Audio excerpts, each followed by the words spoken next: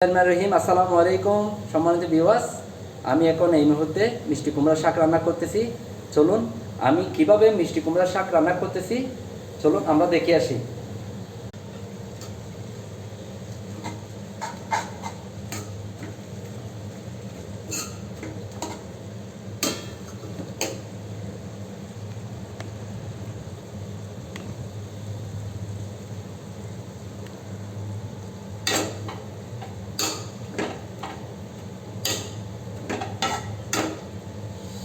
সম্মানিত ভিউয়ার্স, এই শাকটি আমি রান্না করতেছি। এখানে যে যে উপকরণগুলো লেগেছিল সেগুলো হচ্ছে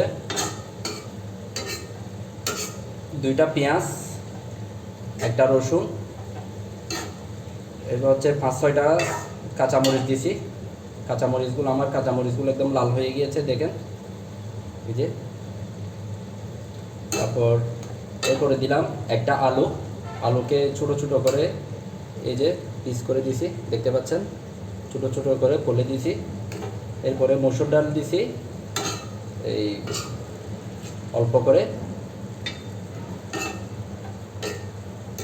2 টেবিল চামচ মসুর ডাল দিছি। মসুর ডালের যেটা চিকন দানাটা না, যেটা ওই বড় দানা যেটা আছে ওই মসুর ডালটা আমি দিয়েছি। এরপর হচ্ছে আমি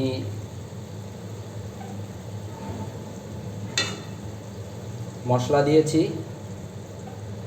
মশলার মধ্যে মশলার গুঁড়া 1 টেবিল চামচ, এরপর হচ্ছে হলুদের গুঁড়া 1 টেবিল চামচ, মরিচের গুঁড়া দিয়েছি 1 চিমটি মতো, বেশি মরিচের গুঁড়া বেশি দিই নাই। এরপরে তেল দিয়েছি আমি 1 চামচ তেল দিয়েছি। এরপরে এগুলাকে আমি ভালোভাবে এখান থেকে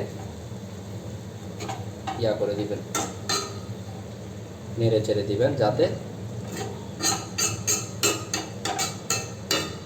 রান্নাটা ঠিকঠাক মতো হয়ে যায়।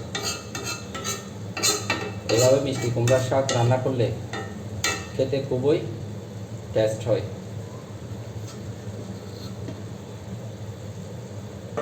ঢেকে দিলাম, অল্প কিছুক্ষণ পরে আবার আসবো। এরপরে পরিমাণ মতো লবণ দিয়ে দিতে হবে। লবণ বেশি দেওয়া যাবে না, বেশি দিলে খেতে খুব সমস্যা হবে। এরপর আমি একটু জল দিয়ে দিব। জল দিয়ে এভাবে